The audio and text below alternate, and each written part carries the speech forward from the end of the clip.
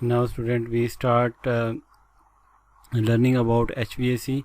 So as you know that MEP, in MEP field we learn about HVAC, fire plumbing, fire protection system and electrical. So first of all we can learn complete about HVAC. So select new.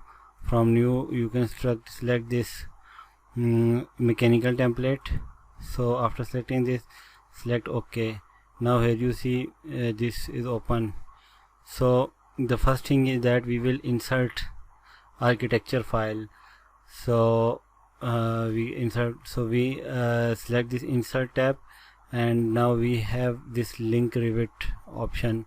So select this link Revit, and now I can also share this file with you. So select this Revit project file, and then this project, open this file.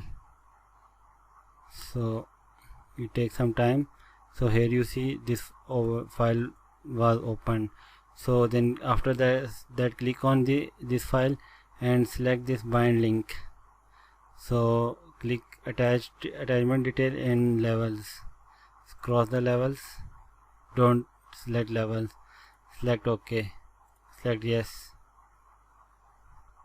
OK.